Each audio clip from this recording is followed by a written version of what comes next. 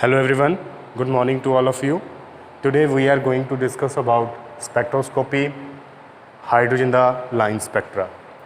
ਸੋ spectroscopy topic ਜਿਹੜਾ ਹੈਗਾ ਥੋੜਾ ਜਿਹਾ ਐਡਵਾਂਸ ਟੌਪਿਕ ਹੈ, ਤੁਹਾਡੇ ਸਿਲੇਬਸ ਵਿੱਚ ਥੋੜਾ ਜਿਹਾ ਮਾਈਨਰ ਜਿਹਾ ਪਾਰਟ ਹੈ ਇਹਦਾ। ਆਪਾਂ ਇਹਨੂੰ ਡਿਸਕਸ ਕਰਦੇ ਹਾਂ।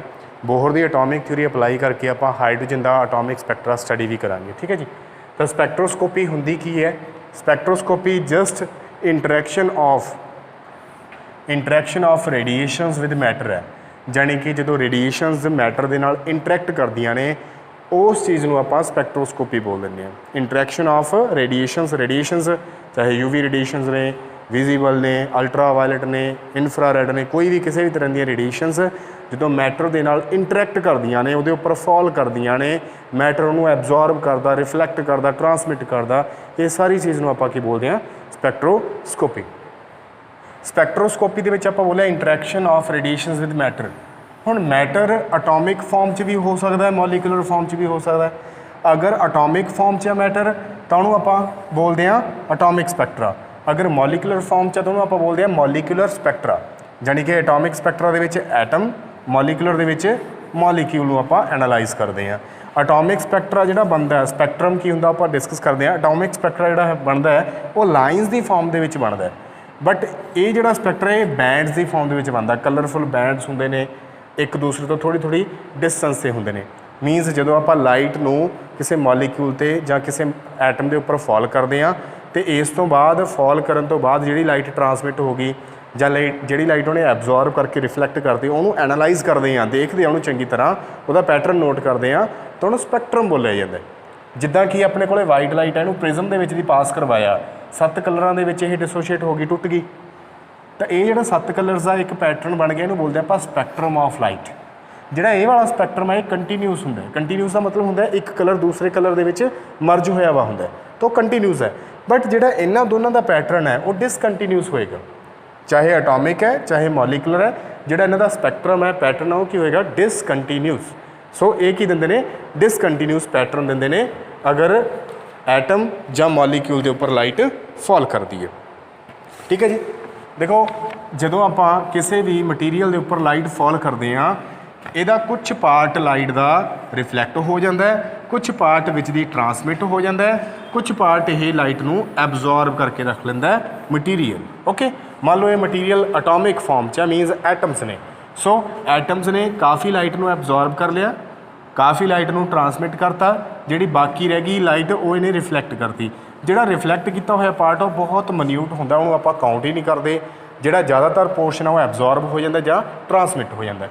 अगर जोड़ा पार्ट ट्रांसमिट होया उन्होंने आप एनालाइज करिए, वह आप स्पैक्ट्रम तैयार करिए, पैटर्न तैयार करिए, इट मीनस वो एक स्पैक्ट्रम बन जाएगा जिन्हों आप बोलते हैं एब्जॉर्प्शन स्पैक्ट्रम, यानी कि एब्जॉर्प्शन स्पैक्ट्रा। अगर जिहड़ी लाइट ने एब्जॉर्ब करके दोबारा रिफ्लैक्ट की है, छड्डी है, दोबारा अमिट की है, रिफ्लैक्ट नहीं कह सकते, अमिट की है, उन्होंने आप बोलते हैं emission Spectra. It मीनस atomic Spectra दो तरह का हो गया, absorption Spectra and emission Spectra. अगर तुसी जिहड़ी लाइट ट्रांसमिट हुई है उन्होंने एनालाइज करके वह पैटर्न तैयार करते हो तो एब्जॉर्प्शन स्पैक्ट्रा है। अगर जिहड़ी लाइट एब्जॉर्ब हुई है दोबारा अमिट हुई है उन्होंने एनालाइज करते हो, that is emission Spectra. Absorption तो एमिशन स्पैक्ट्रा के किद्दां तुसी डिफरेंस दे सकते हो पैटर्न नूं चैक करके। तो ये जिहड़ा पैटर्न बनता है वो डार्क लाइनस बनदियां ने,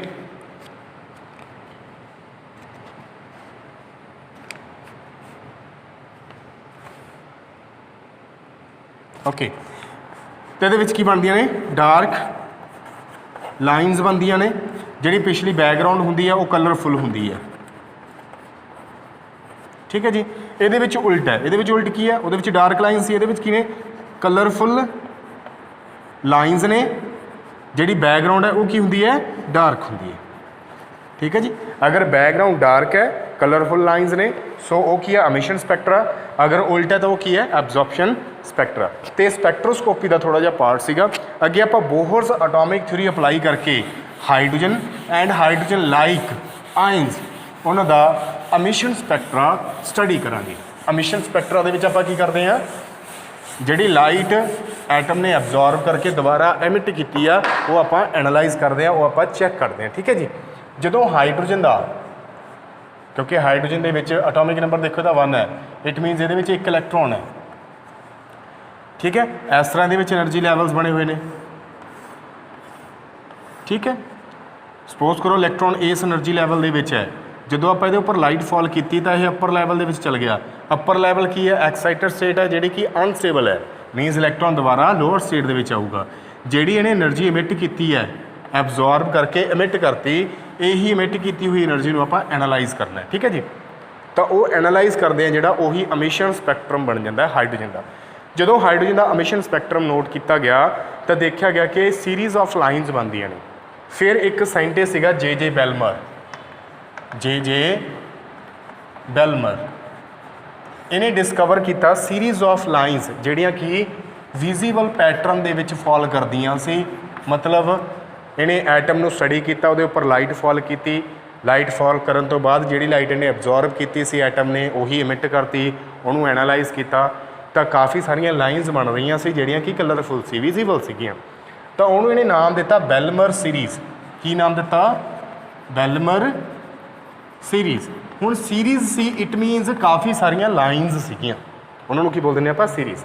ਹਰੇਕ ਲਾਈਨ ਦੀ ਫਰੀਕੁਐਂਸੀ ਜਾਂ ਵੇਵ ਨੰਬਰ ਫਾਈਂਡ ਆਊਟ ਕਰਨ ਦਾ ਇਹਨੇ ਸਿੰਪਲ ਜਿਹਾ ਇੱਕ ਫੰਡਾ ਦਿੱਤਾ, ਰੂਲ ਦਿੱਤਾ, that is 1/λ is equal to nu bar is equal to 10 9 6 7 7 1/2 square minus 1/n square where n is greater than 2।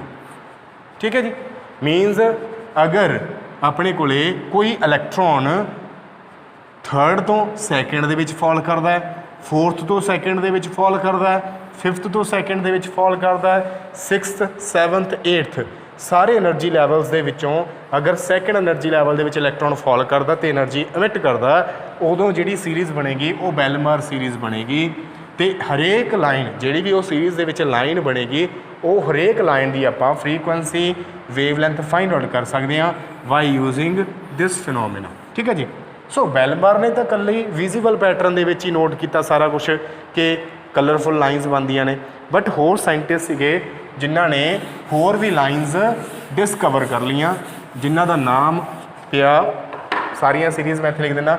ਦੂਸਰੀ ਸੀਰੀਜ਼ ਸੀ ਲੈਮਨ ਸੀਰੀਜ਼, ਫਿਰ ਪਾਸਚਨ, ਫਿਰ ਬਰੈਕਟ, ਫਿਰ ਫੰਡ।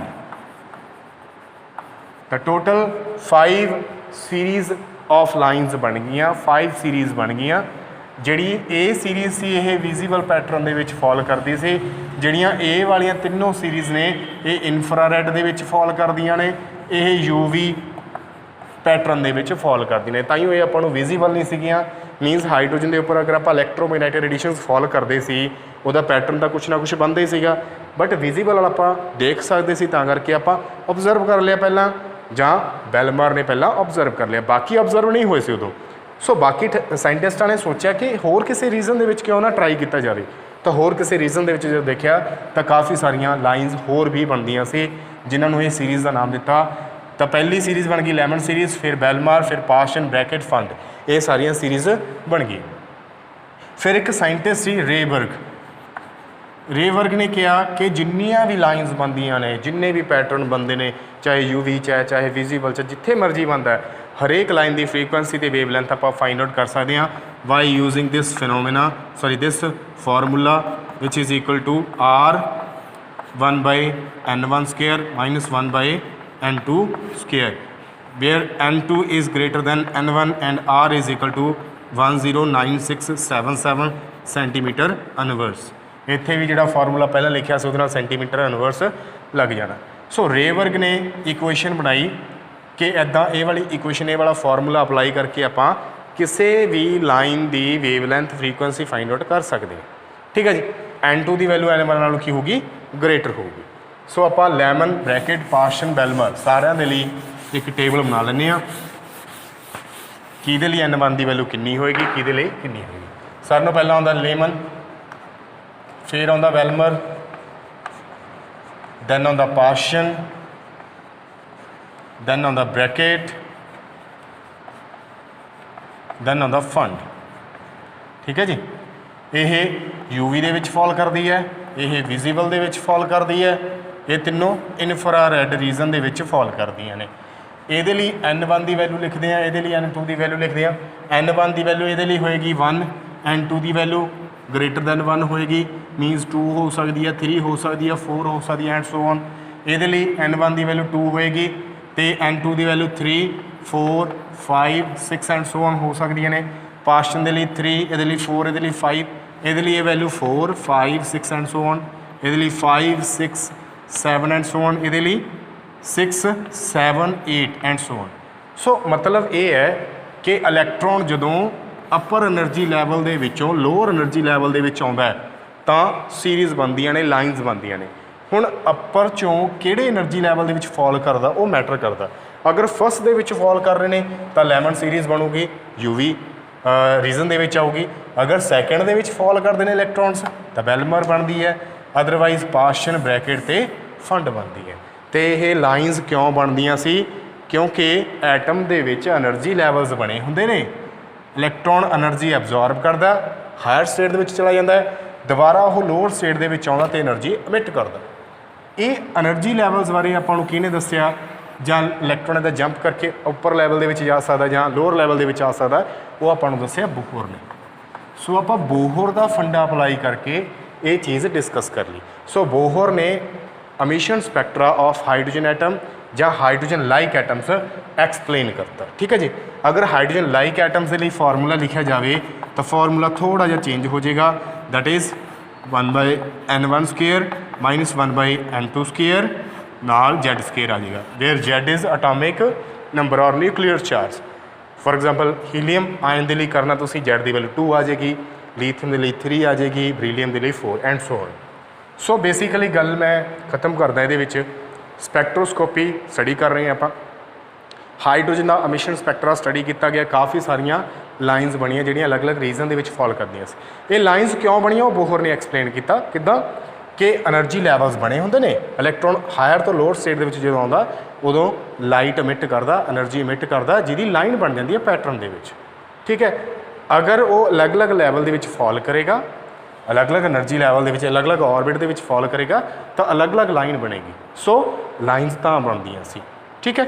ਸੋ ਬੋਹਰ ਨੇ ਇਹ ਜਿਹੜੀ ਚੀਜ਼ ਸੀ ਉਹ ਐਕਸਪਲੇਨ ਕੀਤੀ, ਤਾਂ ਹੀ ਬੋਹਰ ਦਾ ਜਿਹੜਾ ਮਾਡਲ ਸੀ ਕਾਫੀ ਸਕਸੈਸ ਗੇਨ ਕਰ ਲਿਆ। ਬੋਹਰ ਦਾ ਮਾਡਲ ਕਾਫੀ ਸਕਸੈਸ ਗੇਨ ਕਰ ਗਿਆ। ਬਟ ਬੋਹਰ ਦੇ ਮਾਡਲ ਦੀਆਂ ਵੀ ਕੁਝ ਲਿਮੀਟੇਸ਼ਨਸ ਬਣਦੀਆਂ ਨੇ, ਨਾ ਆਪਾਂ ਡਿਸਕਸ ਕਰਦੇ ਹਾਂ। Limitations of Bohr's atomic theory, Bohr's atomic theory. First, ਜਿਹੜਾ ਬੋਹਰ ਦਾ ਐਟੋਮਿਕ ਮਾਡਲ ਸੀ ਜਾਂ ਜਿਹੜਾ ਉਹਨਾਂ ਨੇ ਸਪੈਕਟਰਮ ਸਟੱਡੀ ਕਰਵਾਇਆ ਸੀ, ਸਪੈਕਟਰਾ ਸਟੱਡੀ ਕਰਵਾਇਆ ਸੀ, ਉਹ ਸਿਰਫ ਹਾਈਡਰੋਜਨ ਜਾਂ ਹਾਈਡਰੋਜਨ ਲਾਈਕ ਆਇਨਸ ਦੇ ਲਈ ਸੀ। ਮੀਨਸ ਸਿਰਫ ਇੱਦਾਂ ਦੇ ਐਟਮਸ ਦੇ ਲਈ ਸੀ ਜਿਨ੍ਹਾਂ ਦੇ ਵਿੱਚ ਸਿੰਗਲ ਇਲੈਕਟ੍ਰੋਨ ਹੈ। ਅਗਰ ਇੱਕ ਤੋਂ ਜ਼ਿਆਦਾ ਇਲੈਕਟ੍ਰੋਨ ਹੋਊਗਾ ਤਾਂ ਕਿੱਦਾਂ ਦਾ ਪੈਟਰਨ ਬਣੂਗਾ, ਕਿੰਨੀਆਂ ਕੁ ਲਾਈਨਸ ਬਣਨਗੀਆਂ, ਉਹਦੇ ਬਾਰੇ ਉਹਨਾਂ ਨੇ ਕੋਈ ਡਿਸਕ੍ਰਿਪਸ਼ਨ ਨਹੀਂ ਦਿੱਤੀ। ਸੈਕਿੰਡ ਵਨ, ਜਿਹੜੀਆਂ ਵੀ ਉਹ ਲਾਈਨਸ ਬਣਦੀਆਂ ਨੇ, ਉਹ ਲਾਈਨਸ ਇੱਕ ਲਾਈਨ ਨੂੰ ਅਗਰ ਆਪਾਂ ਮਾਈਕਰੋਸਕੋਪ ਦੇ ਅੰਡਰ ਵੇਖੀਏ ਤਾਂ ਕਾਫੀ ਹੋਰ ਫਾਈਨ ਲਾਈਨਸ ਦੇ ਵਿੱਚ ਡਿਸੋਸ਼ੀਏਟ ਹੋਈ ਵੀ ਹੁੰਦੀ ਆ। ਉਹ ਕਿਉਂ ਬਣਦੀਆਂ ਨੇ ਉਹਦੇ ਬਾਰੇ ਇਹਨਾਂ ਨੇ ਕੁਝ ਵੀ ਨਹੀਂ ਦੱਸਿਆ। ਮੀਨਸ ਇੱਕ ਲਾਈਨ ਨੂੰ ਅਗਰ ਆਪਾਂ ਮਤਲਬ ਰੈਜ਼ੋਲਿਊਟ ਕਰਕੇ ਦੇਖੀਏ, ਰਿਜ਼ੋਲਵ ਕਰਕੇ ਦੇਖੀਏ ਤਾਂ ਕਾਫੀ ਛੋਟੀਆਂ-ਛੋਟੀਆਂ ਮਾਈਨਰ ਲਾਈਨਸ ਤੋਂ ਮਿਲ ਕੇ ਬਣੀ ਹੋਈ ਆ। ਉਹ ਕਿਉਂ ਬਣਦੀਆਂ ਨੇ ਉਹਦੇ ਬਾਰੇ ਕੋਈ ਡਿਸਕ੍ਰਿਪਸ਼ਨ ਨਹੀਂ ਦਿੱਤੀ।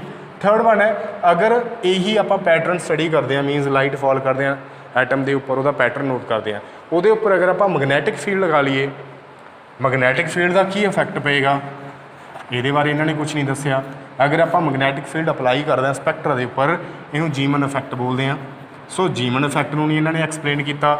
ਫੋਰਥ, ਅਗਰ ਆਪਾਂ ਇਲੈਕਟ੍ਰਿਕ ਫੀਲਡ ਲਗਾਉਣੇ ਆ ਉਹ ਸਪੈਕਟਰਾ ਦੇ ਉੱਪਰ, ਇਲੈਕਟ੍ਰਿਕ ਫੀਲਡ ਦਾ ਕੀ ਇਫੈਕਟ ਪਏਗਾ ਉਹਨਾਂ ਬਾਰੇ ਇਹਨਾਂ ਨੇ ਕੁਝ ਨਹੀਂ ਦੱਸਿਆ। ਇਲੈਕਟ੍ਰਿਕ ਫੀਲਡ ਅਗਰ ਆਪਾਂ ਲਗਾਉਣੇ ਆ ਤਾਂ ਇਹਨੂੰ ਆਪਾਂ ਬੋਲਦੇ ਹਾਂ ਸਟਾਰਕ ਇਫੈਕਟ। ਜੀਮਨ ਇਫੈਕਟ ਹੁੰਦਾ ਮੈਗਨੈਟਿਕ ਫੀਲਡ ਦਾ ਕੀ ਇਫੈਕਟ ਪੈਂਦਾ ਸਪੈਕਟਰਾ ਦੇ ਉੱਪਰ। ਸਟਾਰਕ ਇਫੈਕਟ ਹੁੰਦਾ ਇਲੈਕਟ੍ਰਿਕ ਫੀਲਡ ਦਾ ਕੀ ਇਫੈਕਟ ਪੈਂਦਾ ਸਪੈਕਟਰਾ ਦੇ ਉੱਪਰ। ਫਿਫਥ, ਸ਼ੇਪ ਆਫ ਮੋਲੀਕਿਊਲ, ਜਿੱਦਾਂ ਆਪਣੇ ਅਰਾਊਂਡ ਜਿੰਨੇ ਵੀ ਆਬਜੈਕਟਸ ਨੇ ਇਹਨਾਂ ਦੀ ਕੋਈ ਨਾ ਕੋਈ ਸ਼ੇਪ ਹੁੰਦੀ ਹੈ, ਜਿਵੇਂ ਆ ਚੌਕ ਦੀ ਕੋਈ ਨਾ ਕੋਈ ਸ਼ੇਪ ਹੈ, ਇਸ ਤਰ੍ਹਾਂ ਮੋਲੀਕਿਊਲਸ ਦੀ ਵੀ ਕੋਈ ਨਾ ਕੋਈ ਸ਼ੇਪ ਹੁੰਦੀ ਹੈ। ਠੀਕ ਹੈ। ਐਟਮਸ ਦੀ ਕੋਈ ਨਾ ਕੋਈ shape, means shape of molecule ਇਹਨਾਂ ਨੇ ਐਕਸਪਲੇਨ ਨਹੀਂ ਕੀਤੀ ਕਿ ਕਿੱਦਾਂ ਦੀ ਹੋਏਗੀ। सिक्स है ਜਿਹੜਾ ਕਿ ਲਾਸਟ ਲਿਮਿਟੇਸ਼ਨ ਹੈ ਇਹਦੀ। ਸੋ ਆਪਾਂ ਲਾਸਟ ਲਿਮਿਟੇਸ਼ਨ ਤੇ ਆ ਗਏ ਆ। ਇੰਨੀਆਂ ਜ਼ਿਆਦਾ ਲਿਮਿਟੇਸ਼ਨ ਸੀ ਇਹਨਾਂ ਦੀਆਂ। Dual nature of electromagnetic radiations and okay dual nature of matter and uncertainty principal.